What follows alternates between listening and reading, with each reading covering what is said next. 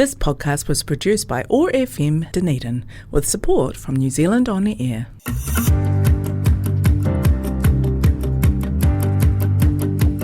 Welcome to What's News Dunedin, brought to you by Hazur Kebab, the radio show that spawned from the 20,000 plus strong local Otipoti Dunedin What's News Dunedin Facebook group.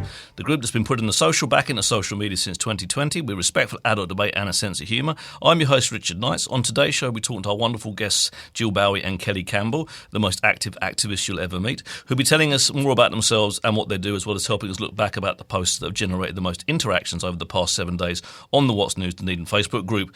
Those posts this week are the Albany Street upgrade project being voted on for the fourth and hopefully final time, and now it will proceed as planned. A tale of two tanties around the table as the new council held its first council meeting, and apparently it's illegal to park across your own drive. Welcome, Jill. Welcome, Kelly. Kia ora, Richard. Good to be back. Good to be back for Kelly. And Jill's a first time caller. Really, I'm just here to uphold broadcasting standards. Oh, fantastic! Because Kelly didn't. That's good thinking. Kelly didn't give a monkeys about those last time she was here. Oh no, overtold me.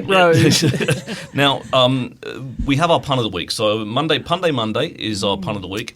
Max Reed, reigning champion, friend of the show, he snuck one in this week because he actually set up his own Punday Monday post, which got more. His joke therefore got more laugh reacts than my post that I set up later because I'd forgotten it was Monday. All right. But anyway, he still wins this week, so he gets to bring his joke on to the show. So we're going to see if the joke comes off the page and into real life, and whether you guys still find it funny. Okay. And there's no obligation to laugh at this point. Max will be listening, so no pressure. No pressure at all. So pun of the week. Never get into a relationship with a tennis player. Love means nothing to them. 15 love, tennis. 15 love, 30 love, 40 love, because love means nothing to them. Sports things, they're a bit lost in us. Nothing against Max, but no, love Max. Exactly. Yeah. He's awesome, and I think his jokes are good. Some puns just aren't for everyone. No, exactly. But I like that one personally. It's just but I'm a fan of puns. Now I'm a fan of puns. Oh yeah. Don't get me wrong. Puns, sorry, Max, not a fan of that pun. Just says Jill. So with love and respect, obviously. Love. Yeah. Tennis pun. So you're doing you're doing it yourself now. See.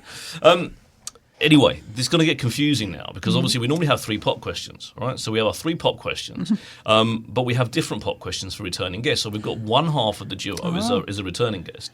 One half of the duo is a first-time caller, long-time listener. And that means that I'm now going to have to ask you separate questions in order that Kelly doesn't answer the same questions the second time through. All right. Yep. So we'll ask first-time caller, long-term listener, Jill, the first question because this is your first time through. And I know that you know the answer to this one already. So, cream teas, scone, jam, cream and butter. Does it jam first or cream first? I mean, it's jam first, exactly, obviously. But now I would just like to. You've been waiting for this moment for a long time. Go on. I've been thinking about this for a long time. I love this whole scone question, but I do have an issue with how you say it. Because how do you say Gone? Gone. Gone. It's gone. Yeah. You say scone. Because I'm English and I speak the Queen's English. Yeah, but if you asked her Madge or his Madge now, how do you say scone? He'd say scone. Especially if you're from the East End of London or Essex, like I is. But you're here. Scone. You're one of us but the now. English language never really makes sense. Scone. But I'm still gonna pronounce my vowels properly. Unlike the Kiwi population, I've walked into a place before with a piece of rubbish in my hand and asked if they had a bin and been handed a pen. All right. Yeah. I'm serious. I've got a piece of rubbish in my hand. Do you have a bin? B-I-N, bin, and I've been handed a pen. And I'm wow. He's got a good point there, really. But you'd probably get better scones if you didn't say scone. Scones. Anyway. So first returning question for Kelly, because you don't get away from this, Kelly. So toilet paper, when it goes on the roll, Oh, okay. Right? Does it hanging down closest to you or closest to the wall? Closest to me. Is that the right? That's the right answer. It is the right It answer. is the right answer. It is the right answer. Those are my two questions that you can get It's wrong not in actually my something I show. really think about, but I know some people Yeah, I have this argument with my quite mother all the anal time. about it. I know I change it. I don't care where I am. I don't But care. yeah, I don't it's care if it's definitely in the. I facing don't, towards me. I mean, that makes more sense. It does. absolutely. Well, I hate to say that I watched an Oprah episode once where someone discussed this, and apparently you that's use sad. less toilet paper if it's coming over. So there you Really? go. Yeah. There we go. And that's not the reason. Sustainability. That's not the reason I do it. But I do like scientific backing There you go, to my exactly, yeah. to my personal foibles. Decision-making. Absolutely. The important things. yeah. Yep. But I if I walk to someone's house and they've got it the wrong way, I'll change it. I don't Yeah. care. I don't care where I'm at. I might not even know you. Like if you got your toilet paper hanging the wrong way, That's good to have standards. I'm changing it. Mm-hmm. And they'll probably wonder, who's changed my toilet paper? But that bloody Richard bloke come in and saw me. Now we know. Yeah, exactly. So if that's happened to you, it was probably me. You're safe to come to my fuddy then. Yep, and mine. Exactly. So and mine as well. Yep. Right. So, second separate question for Jill first. Who is your favourite Teenage Mutant Ninja Turtle? Well, that was Michelangelo. We've Michelangelo. had this Same with discussion me. before. I know. It's the cute, fun one. He's the cool. Exactly. Cool one. So the cute fun ones for cute fun ones. Exactly. Well, there you go. That's cool. So you don't get the same question again. Okay. Kelly, Right. you get to be asked a different question, and that question is, who is your favourite Spice Girl? Oh, who would it have been? Wait a minute. It's like everyone always liked Baby Spice, but I think Ginger Spice, just because again she was like the most funnest, sort of outspoken one. So yeah, The funnest, Ginger Spice. Ginger Spice. Very- Ginger's my favourite too. Yeah. I got no reason. I got feel like no- she's just very British. Don't you think? Well, technically, they're all British. Well, I know, but it's just in regards to her Hmm. personality. It's like, kind of like what you sort of think about, kind of like everyday British people, or how I sort of. I mean, I don't know. Maybe that's like a real general sort of. But I like it though. I like people like that. yeah, They're no, sort of they're outspoken, just like straight up about things. good people. I Yeah. wore that Union Jack dress 2 years ago at our Christmas party. Well, there you go. I made it myself. Ah, Yeah, but you don't. Sorry, you don't get to answer that question. know. You've had your, But you know- you've had your question, Jill. Well, Yep. So I like to join in. Anyway, third and final question. This is your thinker for the day, all right? And you both get the same question because these ones change every time. So, would you rather explore space or the deep sea? Sea. More interesting things in the sea. Are Little you critters and sure? stuff. Are you sure I mean, about there's that? probably more dangerous things, but yeah. I mean, I'm always big on the ocean, so I think I'd prefer that as well. And if all the billionaires could just go to space, Yes. like, that's So the they- thing, you'd have to like. We'll send the billionaires to Yeah, explore space yeah. while we're And exploring then the we'll do ocean. the ocean. Yeah. I think that's Yeah. better. yeah. Yeah, reminds me of that movie Kevin Costner, the Waterworld. Yeah, He got slammed I for feel that. like He I got really did. he got Never seen slammed for that movie, really. I didn't thought he? it was a cool movie. Oh no, I liked it too, but it was like apparently that was the end of his career. Yeah, it was like he was awful after that. Done Bodyguard and all the good ones before Robin Hood, Prince of Thieves. But he directed that, didn't he? Yeah, he was totally to blame for that one. But I genuinely Yeah, liked. I thought it was a cool movie. I thought it Must was, watch it. I thought it was a good film. We should watch it again. We should have a movie night. Yeah. Movie night. Yeah. Watch War World. Now you've passed the questions. Well, Oh, we're accepted. I'm still allowed to hang around with you. Yay. So, Yeah. So we've done the hard bit of the show now. So the rest is plain sailing from this point forward. I want to talk about the 3 topics of the week, and the big one this week is the Albany Street upgrade, which has been voted on for the 4th time this year. It's the drama that has kept giving over the last little while, because originally council voted to proceed with Albany Street and the upgrade, and it's something that's been in the mix for like a good number of years. Been huge discussion with the university about the safety around Albany Street. It's a horrible, horrible road, but you've got something like 8,000 pedestrian movements across there every single day, right? That's every single day. And when you consider the city's 130,000 people, that's quite a concentration of people, because we've got a lot of students crossing the road, heads in books, heads in phones, heads in like the clouds, whatever they might be, crossing the road every single day. Got voted on, that's what we're going to do. Okay. Then there's a couple of businesses that had a tanty, decided that they didn't like that, and former Mayor Radic apparently was mates with them, and then brings that, I say apparently, allegedly, and then brought it back to council, trying to claim some kind of it wasn't done properly, the process, consultation, because these two guys that had been having this these two guys in that street hadn't been consulted, right? But they've been talking about it for years and years and years and years and years. And it's one of these things. Like for me, it's like there's only so much you can tell people, and if they don't want to get involved in a consultation, then that's on them, not the council, right? Yeah. But anyway, decided that. So then they brought it back to council. And because Jim O'Malley, previous councillor Jim O'Malley, had a bit of a meltdown when that happened, he got his arse in his hand a little bit, and made some public comment. He decided that he needed to sit back from the vote, right? So then it got voted on to be overturned, but only on the mayor's casting vote, because it suddenly became 7-7, and the mayor having brought this back, Mayor Radish having brought this back, then they just before election they brought it back. Councillor Gary brought it back a third time, but this time Jim O'Malley decided he wasn't going to sit back from that because he felt that the mayor should have sat back from it where the vote was overturned. So if the mayor wasn't going to sit back, then he wasn't going to sit back. Sorry, former Mayor Radick hadn't sat back. He wouldn't sit back. So this they voted on it again just before the elections, and it was overturned. The overturn was overturned.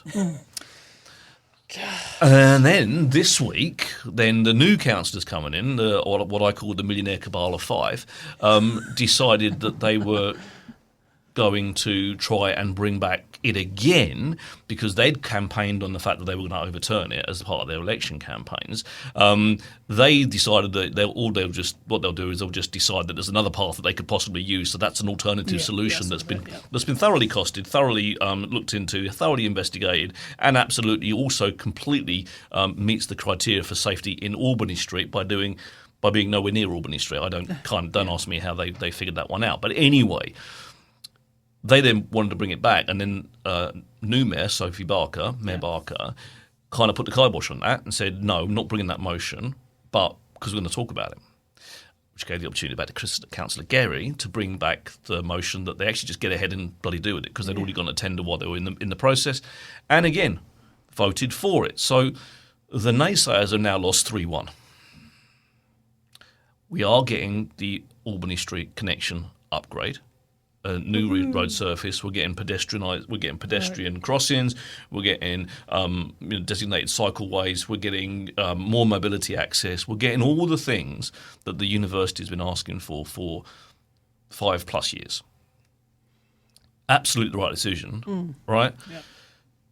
It's just taken so bloody long. Right, yeah. And then was in the middle of all of that, because of when Jim Malley decided he was going to sit forward again rather than sit back, there was then talk about a legal challenge to High Court to say that the process was again flawed, which thankfully now that the new council voted on it, 8-7, thank you very much to Councillor Chambers, Councillor Hall, Councillor Walker, Councillor Gary, Mayor Barker, Councillor Treadwell, Councillor Fiso, and...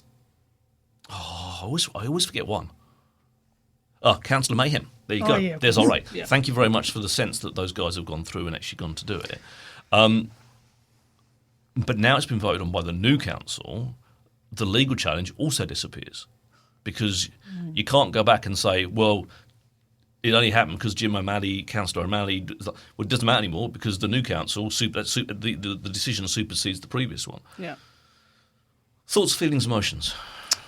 Oh, that's bloody complicated. I mean, the annoying thing is they just kept on calling it just a cycle way, eh? And that's obviously a way to, that was the contentious thing. Was Yeah. It was driving me mad. We could tell by the all caps. Yeah, and the use of the occasional F-bomb because it was just driving me mad. But you see how powerful the media is in that, right? Yeah. Because the media say ODT because it's got its own agenda for whatever reason, rightly or wrongly. It's got its own. The ODT's agenda is very apparent to anyone that's even got one eye open.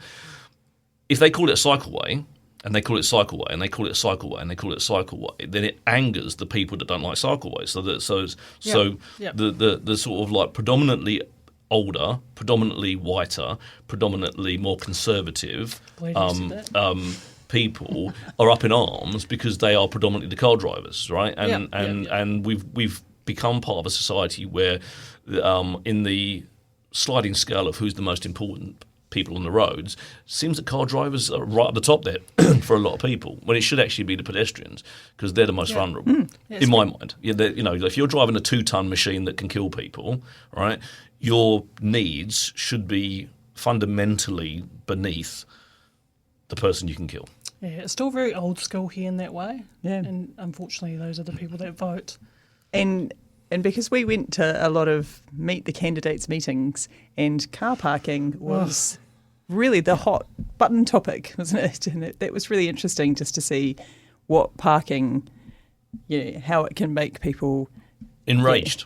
Enraged is the Enraged. word. So And- anti-cyclist. But cyclists. that's what the media Exactly. want, Yeah. right? Because enraged and angry people buy papers or click on the articles, and it's so transparent. But it makes me so angry because genuinely I'm about telling the truth and facts. Yeah. Right. So if it's a connection project or a safety project, please call it that. And I thought for a second last week that ODT had finally flipped the page on that, and they came out with one headline and talked about it being a safety project.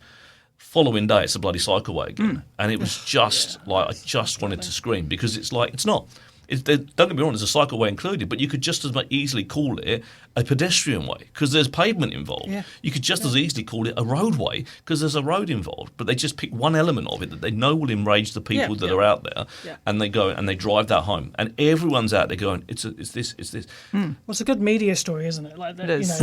Yeah. Is it they're though? going to get comments. Yeah. Is it though? Like, is it a good meet? I mean, genuinely, Well, I mean, for is it? them, because people are going to interact with it, even if it's like a bad thing, they're still going to. But that's the frustration with car parks, right? Yeah. You guys have met me. I'm the laziest bloke on the planet, right? I'm genuinely.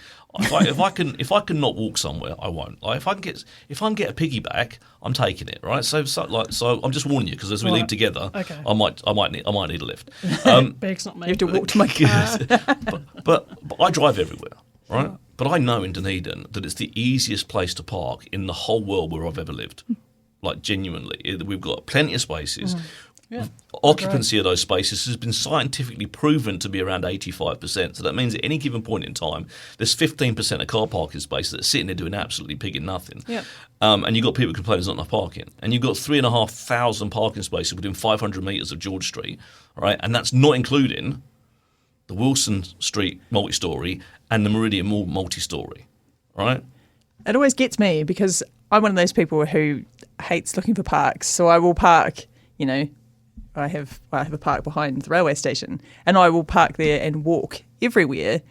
But every time I do it, today I went down to the Polytech and there's a massive car park, completely empty. And then I was late to where I was going, and I thought, there are actually parks if you look for them. Exactly. Yeah. I'm a panic parker too. I panic park all the time. Like I think I need to be there. I see a space, I'm like, I jump in it, and then I walk past 700 spaces on the way to wherever I'm getting to. But I think my brain's still in the UK, right? If you don't take that space, then you're not going to see another one genuinely for forever. I used to park in the East End of London. Right, but that was my job. I used to sell cigarettes in East End of London. I used to have to park my car 16 times a day. You used to sell what? Cigarettes in the East End of London. That was my first ever job. Wow. Okay. Yeah. Like a little stall or something? I used to come in like my suit jacket. I used to open up the suit jacket, like with watches and stuff. Like you've seen not just cigarettes, watches. No, well, watches one side, cigarettes the other side. Yeah. So I used to in my boot of my car. I used to go around to all the shops. I used to sell them. I used to sell them new brands. My job was to sell them new brands that they didn't previously stock. Interesting. No, that sounds like a parking nightmare. It was. But the whole point was I still managed to do that 16 times a day in the East End of London within a short walking distance to a shop. Bearing in mind, I've got thousands of pounds worth, dollars worth of stock in my car, so I can't just park miles away Good point. and then take a walk with a whole load of cigarettes in my arms if they do buy something. I've got to be close, right? And I could still do that in the East End of London, right? So, like... I mean, it's possible here because in my job as a social worker, I have to drive around quite a bit for appointments and picking things up. So it's not impossible. Same as a real estate agent. I do the same. Like I never, and I'm not talking about parking on people's drives either. Because I'd never park on someone's drive if I'm going to see them the first time round. No, it's not my place. I'll park on the street. So, but anyway, we'll move on from that because that's a done deal and that's great, right? Yeah, that is great. Well, I think it's obvious that we're pro Albany. And just for the safety's sake. Yeah, Exactly. Safety. It's a safety Students, project. yeah. It's a safety project, and this will make people safer. Yeah. And provide better accessibility for our disabled far now as well. Yep. It's a win-win-win. Yay. Yeah, finally, and it's put to bed now. Thank you, council. The end. Taylor two tanties at the council table this week, right? So and I found it hilarious, to be fair. Like we've had Councillor Sims and Councillor Vandervis both basically. I mean, is it surprising? Not really. Not no. when you know the people. But two very different outcomes is the point I would make, right? So you've got Councillor Sims going, I don't want to be deputy lead of these portfolios. No one really knows what portfolios are actually going to do yet. So it's hardly to me it doesn't even seem like something worth arguing about whether you're lead or co-lead. It's actually you're actually just a couple of people going to be doing something together on a particular, and there's as much responsibility as you take, right? And I'm a firm believer of that. You can be as busy as you want to be in a council role, or as unbusy as you want to be, regardless of whether you're called the chair, the mayor, the deputy mayor. I mean, look at the difference between Councillor Mayor Raddick and Mayor Hawkins. The difference in what they did and what they, their visibility was chalk and cheese, right? Very true. Same job title, same remuneration. Actually, one person was getting paid more because the remuneration goes up every year, but Mayor Raddick was even getting paid more, and he was invisible for 3 years, right? And Mayor Hawkins, you saw him everywhere, active everywhere, right? So you can say, well, hang on, one person's doing a lot less work than same job title, right? Because it's about how you make yourself busy. Yeah. Councillor Sims very much felt that he needed a title in order to be busy. That's what he said. Like, I won't be busy if I'm not the. So they ended up negotiating, and they had a bit of a co-chair, co-lead thing, right?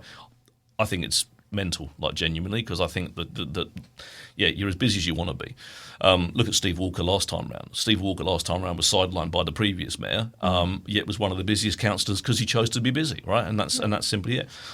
In contrast, Councillor Vandervis had a massive meltdown on Tuesday and said he wasn't going to do anything, he wasn't going to accept any responsibility, and talked himself out of 16 grand's worth of remuneration, because you have to be doing something additional to your basic salary under the remuneration laws and rules in order to, So, and it just take the title means nothing.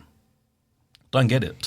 And then they've gone on a kind of post-council meeting tanty rage, for the rest of the week as well, because they're still not happy, Well, this shows what the intentions are, I think it's just more of an ego thing for them.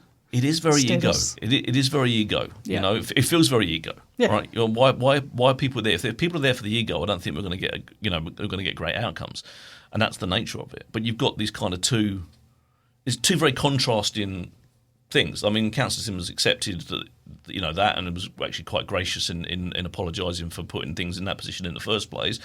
Councillor Vandervis doubles down and just goes on a week-long rage fest, which is his choosing. Well, he's kind of gotten away with it for so long. But the question is for me is he then wonders why no one gives him anything to be responsible for, or to look at your behaviour. Yeah. Look at the way you react when you don't get your way. That you look in the mirror, you might realise why you weren't given the opportunity in the first place. I think that mirror's been broken for a very long time. Yeah, quite possibly. Now, topic number 3. It's illegal to park in front of your own drive.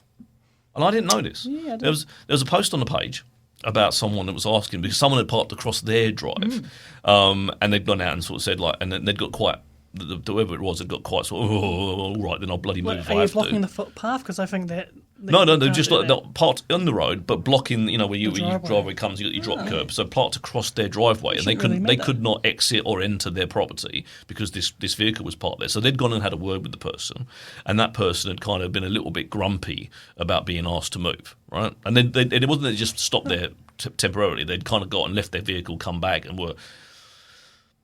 And that conversation then went on further from there. And it turns out that, according to, if I'm to believe the wise people, the wise heads in What's News Dunedin, that if I did that on my own drive, I could also get a ticket. Is it because in case there's an emergency or something? Well, I don't know, because if I'm blocking my own drive in an emergency, it's like what emergency does? I'm at my house. I understand if you're blocking the If your house is on fire and the fire engine can't, they'd park on the road, though, wouldn't they? They'd just shutting the car out of the way, wouldn't they? I mean, do you know what I mean? They smash a window. I've seen it before. They smash a window, put the hose straight through the car. It's not gonna stop. I just don't. Got long hoses. But that's the only thing I could think of is an emergency. But again. But I also, your own driveway. people don't realise that you're meant to be 1 metre away. 1 metre away from your drop curb, Yes, absolutely. Which I live in a street where there was construction at the end of it, and I was off work for a week, and I think the maximum was about 4 times I had to ring the council to get people to move, because in my street, my neighbour's, she's elderly and her driveway is on an angle. So even people look and think, oh no, I'm not over that driveway. She's actually, because her driveway's on an angle, and she can't get out. And I know she wouldn't ring. So I was so annoying having to. Well, it's good to know, because I've probably done that so many times. Yeah. I try and avoid it if I can. Sometimes you're not given a choice, and you make sure the driveway's not covered. But technically it's a metre, so you could get a ticket for that. I mean, I've definitely done it sort of like if I'm just jumping out of the car. Yeah. But not like, long term or anything like that. Yeah. Yeah, but apparently you can. So I was genuinely quite surprised by that. But it led me on to another thought in my mind, and one of the things that I struggle with motorists in this country is I might even make up a word here because I feel like it is the inconsideration. Is that a word? Inconsideration? I know consideration's a word. I'm not sure inconsideration. Yeah, I'm not sure inconsideration. Yep. Well, let's make it a word. Yeah. Yeah. Or we could use inconsiderability. Yeah. Oh. I like making up words. The inconsiderability of some people to think like if I'm walking through the street, right? Someone walks along to me, everyone kind of moves out of the way. People will open the door and will hold the door for you. All those kind of things, right? Put that same person back in a car, and suddenly they're the most inconsiderate person you've kind of ever seen. They've got no patience. They don't give you any space. They won't let you do anything. They won't stop for you to move around. They'll park wherever they bloody well please, because actually they seem to get the entitlement rub as soon as they get inside the vehicle, and then they're wearing that entitlement rub, and then they kind of go, and then but that person walking down the road is the politest and most considerate. Are you saying it's more of a Dunedin thing, or it's just That's what I was wondering too. It feels like a New Zealand thing. Yeah, right to me, yeah. right? Because I think it's the only time that we can be like ragey, or it's because it's this whole passive aggressive kind of like mindset that we have, and then the car protects us. It's kind of like social media as well. Like that's similar. It's like almost an anonymity. Yeah, thing. and I think That's it's so like easy when to as say. soon as you have that when you were wearing protection. masks, during COVID, and you could kind of swear at people under your breath and people wouldn't know. Yeah, It was so satisfying. Yeah, or poke your tongue out. No one I can see. feel like that's what it is. Like, Yeah. because we'll always consider that we have to be like polite. And actually, some things people do in their cars, because it's almost as if I'm can in be my car and no one else can see ragey. me. Like picking your nose. Yes, exactly. A lot of people picking, you Yeah. see them picking their nose behind you, and you kind of going like, "I can see you." But Maybe- they think like they've got this cloak of invisibility. They feel like Harry That's what I think Potter. it is. They feel like Harry Maybe. Potter under the cloak of invisibility. Yeah. They kind of going like, "Voldemort can't see that. I've got my finger like four knuckles deep up my nose." Well, once some people get into a car, maybe that's their true nature really comes out. Well, maybe. They're fake the rest of the time, and then they get into I a don't car. know, because it's hard to fake being nice all the time, right? It's like I'll tell you, it's exhausting. people say that about me, like, why are you nice all the time? You can't be. Like, I just genuinely am. Like, No, occasionally. No, I mean, I think there's different sort of levels of niceness, though. Yeah. There's like, I do think there's like an issue here with the way that was brought up in this like, society, but it's to the point of being too polite that then you're not really being truthful, and Like- then I think in the long run, then it actually ends up being not nice And I suppose at restaurants, because you're not being transparent. yeah. How was your dinner? It's great. And then you don't go, I'm never and going then to the business fails. And And, it- if you could have been just straight up Yeah. and told them the truth, then they might have been able to fix things, Exactly. So- or you leave and feel like tell that's more 15 other problematic. people how terrible that meal was, Yeah. and then Yeah. that damages the. I feel like it's actually more problematic in the long term. So has it ever happened to you where you've actually gone to someone's house and they've given you something you didn't like, and you've gone, "Oh yeah, that's lovely," and the next time you go, you got the same thing again because they thought you liked it so much? Think about it. I'm fairly certain that's happened to me before.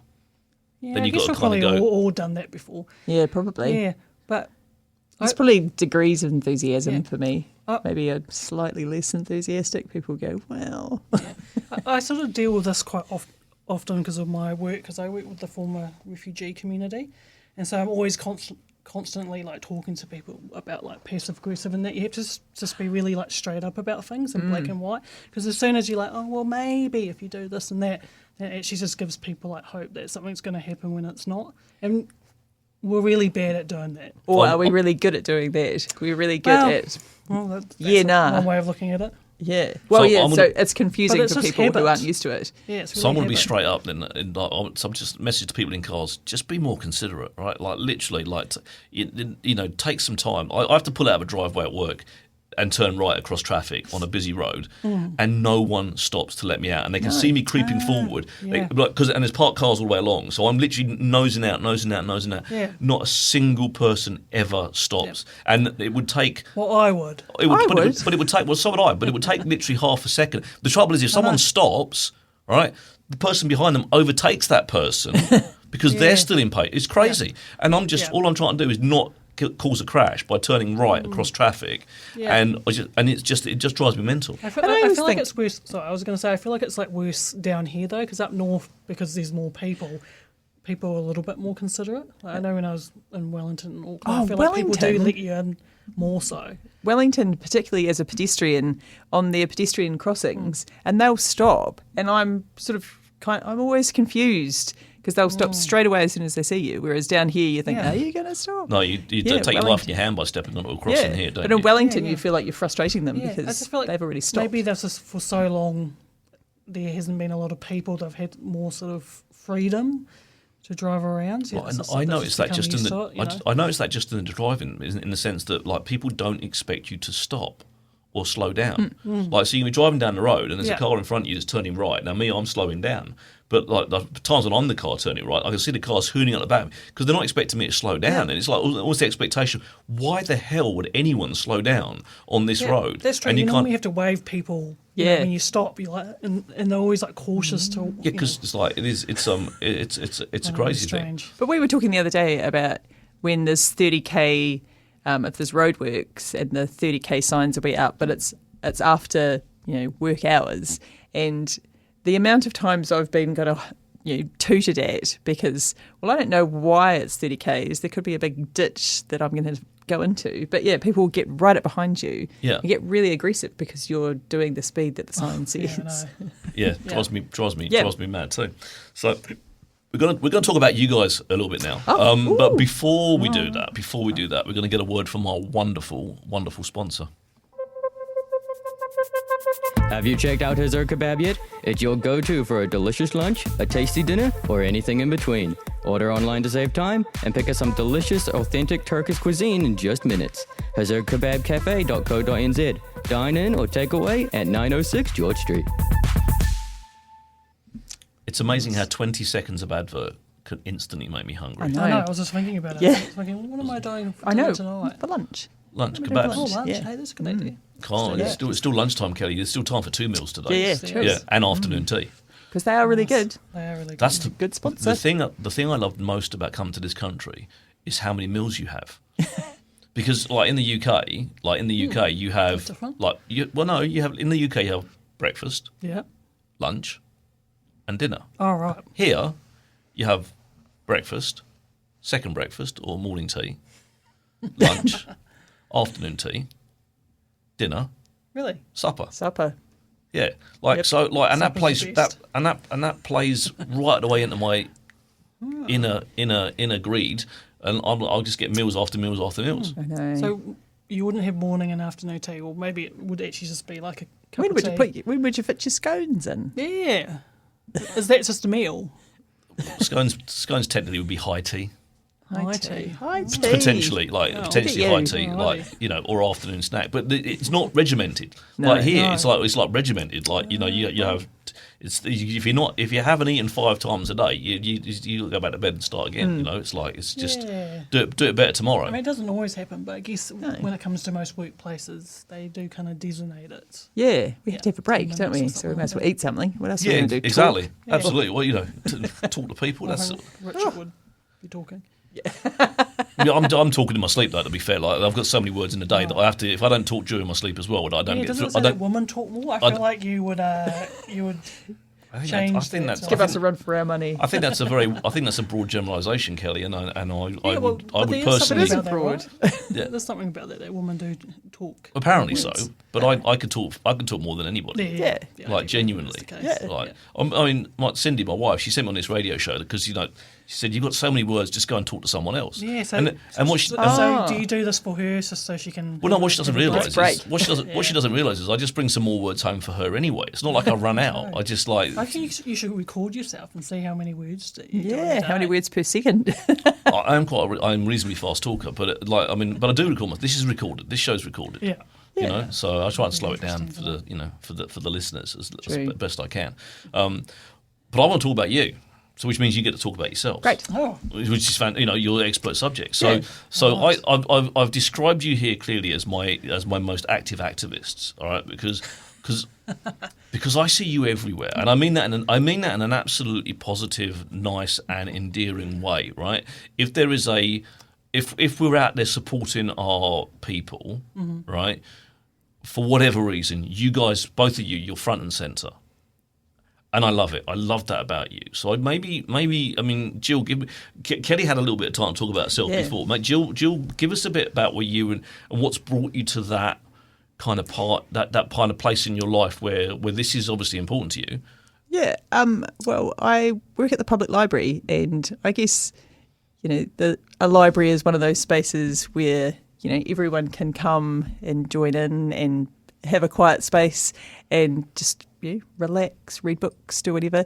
But I also manage the library's digital archive. So I realised, thanks to Paul Allen's amazing photographs and his generous donation to the archive, I realised how many protests he had photographed over the years and what an amazing archive that was. So for me, I just kind of started getting involved, taking not necessarily protests, but festivals and events and things around the library and things around the city, and then I kind of stumbled across, when the 4th of November 2023, the Rally for Palestine that I went to, and I was just kind of drawn there and just kind of had to be there, and and it just kind of meeting all these people, work, basically. Yeah, and although I don't like to say that because it's like I would be there anyway, and and then I just met all these amazing people, and there's this sort of community has built around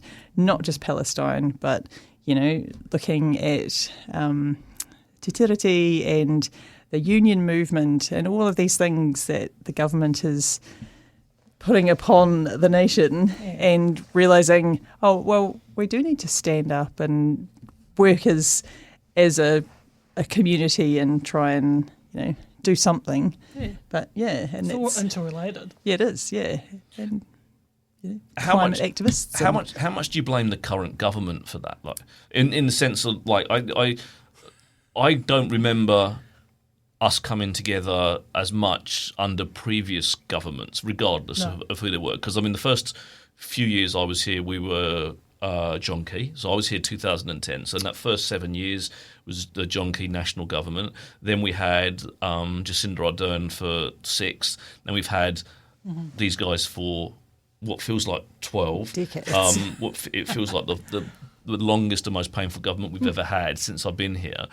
But it's almost like it's almost like I see commentators saying that David Seymour's brought the country together because we're all now protesting David Seymour, and it's like he might be the catalyst, but let's not try and give him praise for that. He's actually we're standing up because he's an abhorrent individual and a massive racist.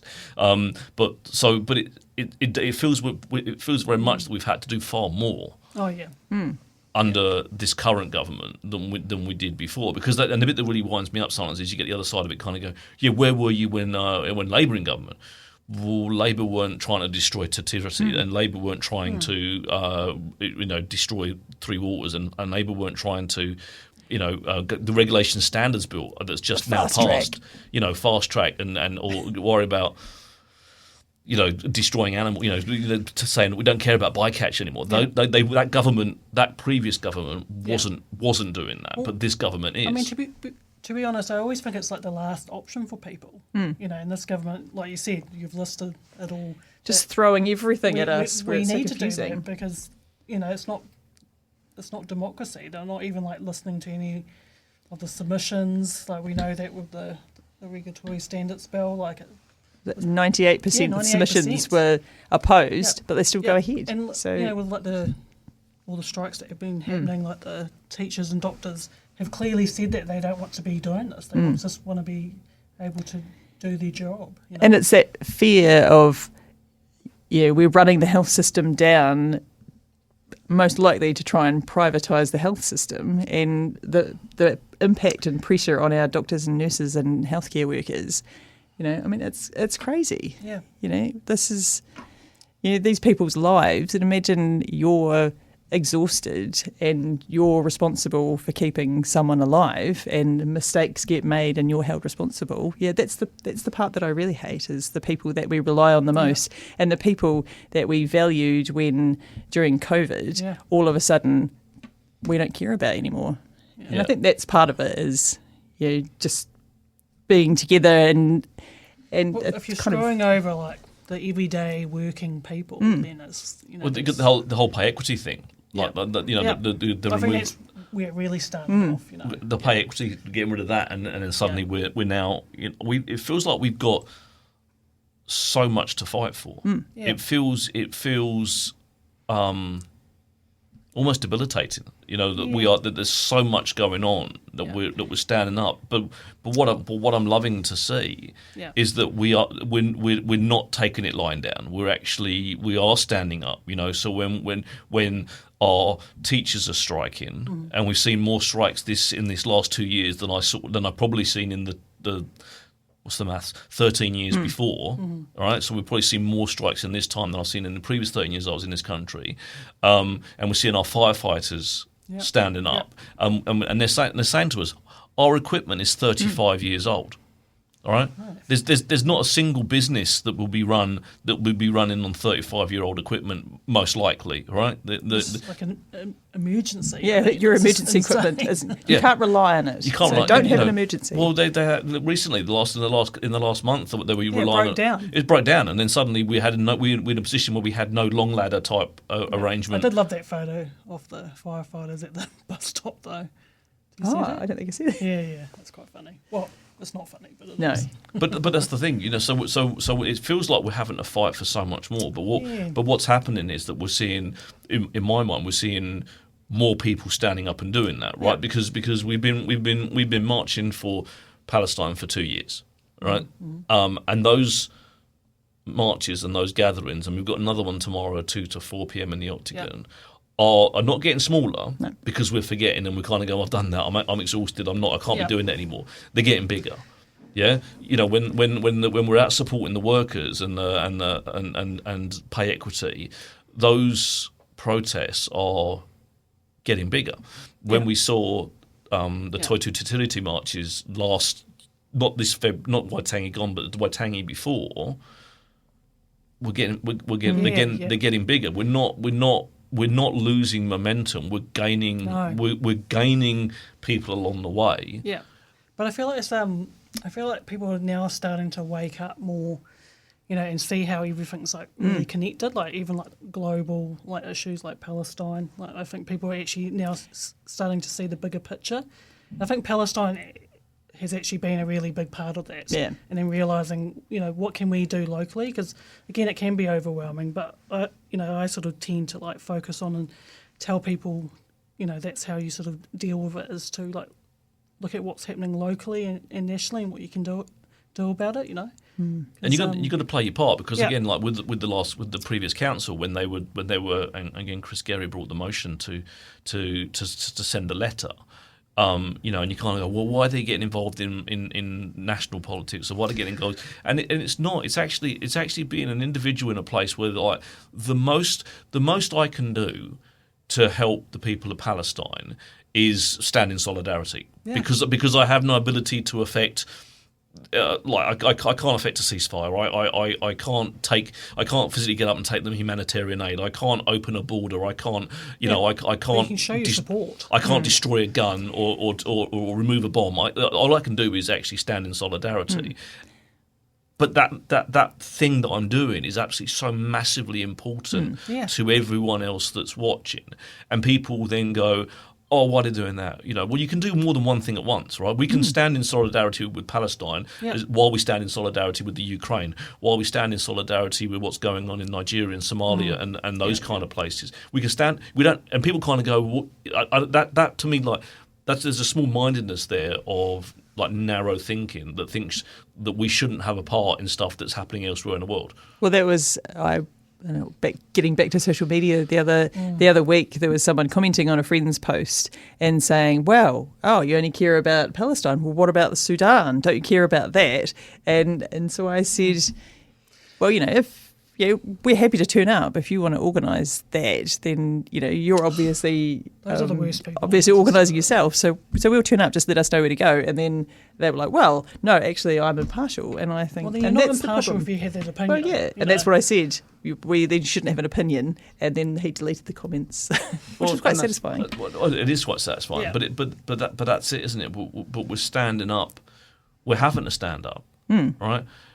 The thing that frustrates the most for me is when we're standing up, we have a government that is absolutely oblivious to what public opinion looks like at the moment, right? Because like you've just had it this week, right? You've got Erica Stanford writing to all the schools saying you no longer have to consider totality in what you do, and the schools are written back and go, stuff you. I'd like to use stronger language. You stuff you. This is a fundamental value around which we have built our education of our tamariki for years and years and years before you as a useless government got your hands on stuff and started trying to literally wind back race relations to the 1920s. This is something that we are fundamentally, and if you just suddenly think that a government directive is going to change the way we fundamentally teach our kids, you don't understand the education system as it stands right now. Most schools, like 99.9% of schools, are built on value and responsibility and teaching and a belief that they want to teach our children to be great human beings. Mm-hmm. Yeah.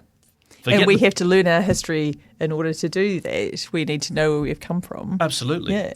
And schools, if anyone, know their history, and schools, if anyone, know the importance of totality and maintain and the relationship that we have, the partnership that we have with Maori, because of the fact that it's a fundamental anchor for the whole of our society, right? Because they're smart people. That's why they're entrusted in nurturing and looking after the brains of our most, most needy. That's the whole point. Yeah. I mean, I always knew this was going to happen. It was pretty obvious when the National Party got in. Well, but right from the jump as well, when you're changing the names of department, that's within the first 100 days. That is the most important thing that you're going to do. Is you're going to switch the names around. Switch the names. So English first. Yeah. English first. Yeah. Right. I mean, I felt quite upset about them getting in, which I knew that they would. But that's the reason why, because I knew that they were going to be doing things in regards to removing, Te Ao Māori.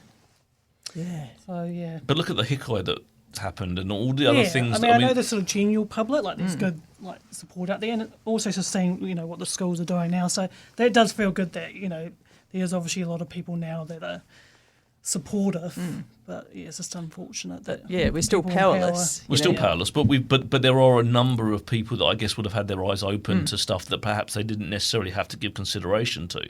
And I speak my truth in that, in the sense that from 2010 to not very long ago, I didn't really have to consider that, because it was just something that was happening and everything was progressing forward and everything was moving forward, and I didn't necessarily have to be kind of anything more than supportive by saying nothing, right? Because actually it was just all right. Everything whilst it was taking forever, it was still moving, progressing forward. Then you get something like this happen, and I'm standing there going, no, I'm very firmly against racism. I'm against the regression that this government is trying to enforce, and I now need to be heard as much as anything else, and there's a big difference to how I've reacted. But whilst my eyes were already open, I think along the way there's some people that have had their eyes opened definitely, by the process and what's been going on. I mean, it's all capitalism in the end. That's why they do these things because they I don't mean- want to consult. Like that's the same with the fast track. The fast track. I mean, The least amount of people that they need to talk to, and they can just go ahead and make money. They just don't. and some of the how sneaky things are. Just small windows of opportunity to read massive reports so many and submissions. Yeah, and I just just putting through. and particularly looking at the fast track gold mines and things like that, and my beloved Central Otago, and it's just It's I can't believe that we're it is hard to going keep up back. with. It's hard to keep up with. It is, yeah. I want to go back to that in a second, but before we do, one last word from our wonderful sponsor. Have you checked out Hazur Kebab yet? It's your go-to for a delicious lunch, a tasty dinner, or anything in between. Order online to save time and pick up some delicious, authentic Turkish cuisine in just minutes. HazurKebabCafe.co.nz. Dine in or take away at 906 George Street. Gold, the stupidity of gold. I like the stupidity of gold. Yep. 20+% of all gold sits in a vault and does Yes. nothing other than support wealth. Like literally, it just tells someone that they're rich. A country, a person, or whatever. It sits in gold bars. It never gets used. It is literally taken out of the ground at massive environmental cost. Yeah. It's put into a gold ingot bar, and it's put in a vault and said, "You are a rich person because you've got gold." Right? Why can't they make that out of recycled plastic? Like, and just create something that is literally like it's rare because you only the people who own the wealth. But just make it go. That's your wealth. That your wealth, and then use that gold because most gold is recyclable. Like gold is massively recyclable, and we throw it away in the tips. No one makes an effort to get it out. They spend more money trying to get it out of the ground than they do to recycle the damn stuff. And 20+% of it just sits literally in the dark, having been extracted from the ground to prove someone's got money. Yeah, we know a little bit about that because of our climate activist friends. Well, yeah, I mean, and looking at that proposed mine and just the dam where you have to keep all the toxic tailings, and the fact that you'll be able to see that from the roadway and from the air, and I just think, why the hell are we doing this? Why would you do this to that unique environment? Exactly. In 2025. I know, and then people say, "Oh, but everything comes out the ground. If it doesn't grow, you've got to mine it," and that's fine. I've got no problem with that. But the cost of that, and we've got enough science, we've got enough smarts to do something different. Yeah. We're doing that not only because it's massively damaging, but it's the easiest thing to do. Right? I tell you what, recycle the gold that you throw away every day. Right? Yeah. But and that might be harder, but do it. Do that rather than destroy the planet we're on. Because if you destroy the planet that we're on, we've got nothing left. No. There's nothing to mine anymore. There's I read somewhere that there's only so much left in iron ore reserves. There's only so many. We only got like till 2050 or something. I don't know the exact number, so please don't quote me on it. But there's a finite amount of iron ore that we can take out, and yet we've got almost an infinitely recyclable amount of iron in the world already, and we're still digging the damn stuff up and destroying our planet. The most interesting argument I saw the other day was Central Otago was built on gold mining, and I thought, well, okay, there's no need to redo that. Built, but that was for wealth. Yeah, they weren't in the 1800s. They weren't taking it out of the ground to make mobile phones. Exactly. They weren't taking it out of the ground to make electronics. Surely we've learnt something since then. I mean, the toxic waste alone, and don't you read how many tons of toxic tailings will remain after? I don't think they do read. Yeah. No, that's the thing. That doesn't freak you out. It should scare the living bejesus out, shouldn't it? Like genuinely, but it's the thing that whole gold mining thing was only ever about wealth. It wasn't about using those metals for good, for electronics, and it was just about wealth. So you can't say that because it's not. It's just if that's how your brain's going to work, right? We're in 2025. We need to be doing something better. We need to be finding a way to be smarter, and we've got smart people all around the world giving us those solutions, but there's no political will to deal with them. I was talking to someone recently who is involved in sort of recycling materials, and they were saying with electric cars, because with the batteries, and they said, you should never be able to develop something like that without having an end game, basically, or what happens when that runs out its lifespan, how does that get recycled? What do you do with it? Yeah. And I think that's really smart, because now we've got all of this, batteries and things, and what happens to those? And they are recyclable. That's one of the things about batteries. A lot of the chemicals and the cobalt and the lithium that comes back to and can be reused infinite numbers of times. So there will be another industry that comes out of the back of it, which is fantastic. You don't get that with fossil fuels. Yeah. You can't refossil the fossil. That's just the way it rolls.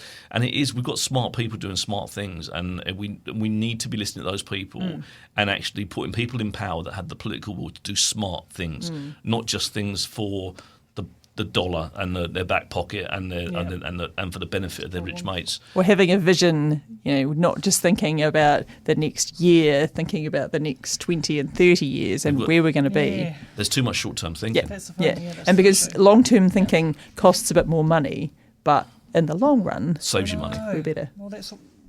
Well, you can't talk about the local body council, but that's what happened there. But anyway, that's where we're finishing. 55 minutes has come and gone in a flight, in a heartbeat. But anyway, thank you both very much for coming along. Thanks. Welcome Can back. I just say one last thing? We need a revolution. That's what we need. Viva la revolution. We're getting closer to it. Yeah. I think it's happening. Anyway, you just got to sit there while I just round out the show. Thank you very sweet. much. Thank you. Well, that's a wrap for this week. Thank you for tuning in. I've been Richard Knights, and you've all been wonderful. Remember, if you're looking for robust, respectful adult debate about all things local and further afield, and a welcoming online community doesn't take itself too seriously, come and find What's News Dunedin on Facebook and join our fun. On next week's show, we're talking to Anna Easton from She Hunts Op Shops, and we look forward to seeing you next Friday at 12 on ORFM. And if you want to listen to the show again, or simply share it with your friends, you can find the podcast at oar.org.nz, or even on Spotify, YouTube, or your favourite podcast provider.